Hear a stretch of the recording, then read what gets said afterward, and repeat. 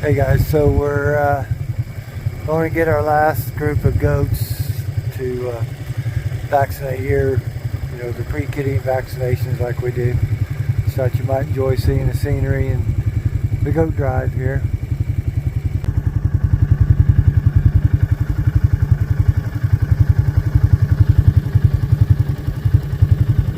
They should know where they're going. This group mostly just stays here. We add a few to it every year, but most of them know.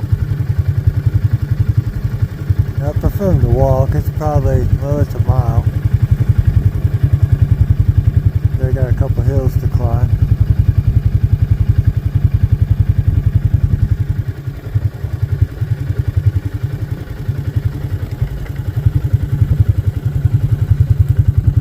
Luke's bringing them through. Yeah, now they're lining out.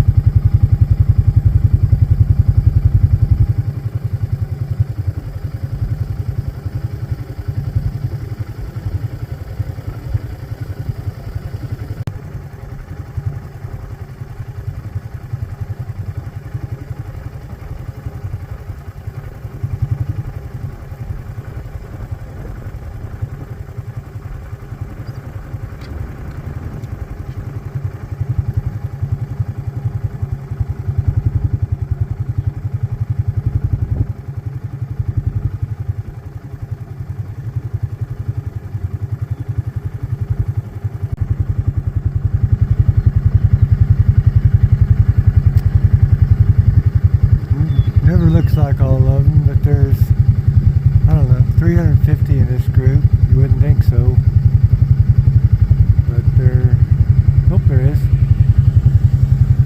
I think there's 7 dogs here. We have a huge predator problem here, and this pasture is pretty woodsy, and there's probably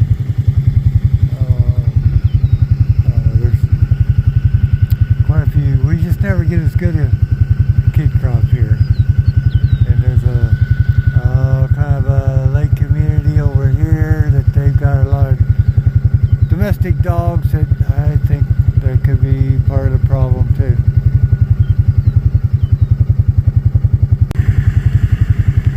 So I'm not inclined to use the border collies here. We've got some dogs here that are, well, they just don't like other dogs, and that's why we got them here, because of the stray dogs we suspect are coming in from that lake community there. And so I don't want to have a problem with my border collies. I don't want these dogs to think that it's okay. You know, we have the border collies out here, they kind of just think then that's okay. I don't think they would. I think they know enough to say, hey, you know, Greg's here and these dogs are okay. But we won't really need them. As you can see, they're all driving themselves. Once in a while we need them as we get closer to the pen, especially if we got kids on them and we're pinning them. It's just not as easy. There's nothing easier to handle than dry nannies or dry ewes. They really spoil you. Just kind of like a bunch of dry cows, but they're way easier than that too. They stay grouped up. You don't get too many renegades. So we'll keep the border collies probably in the four-wheelers.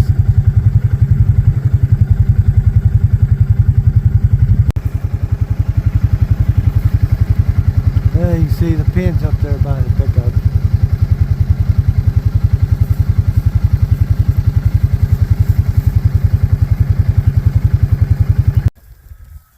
Well, that went well.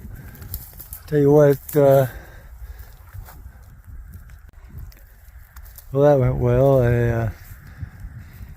You know, if you haven't been to Bud Williams Stockmanship School.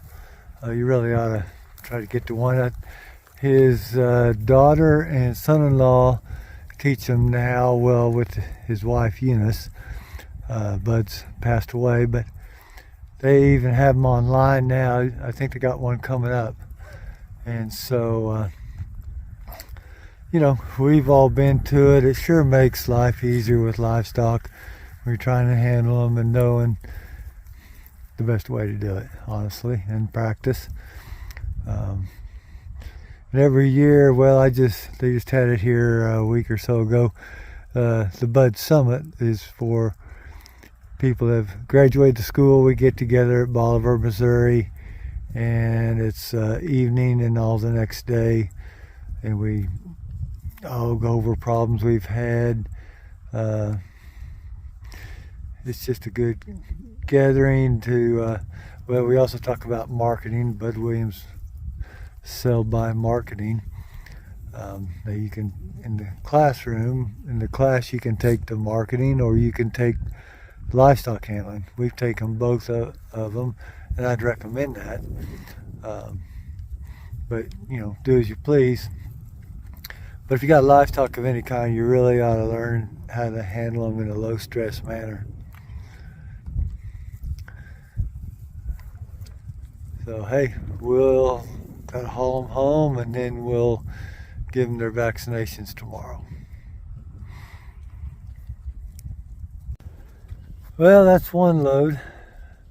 5 more to go.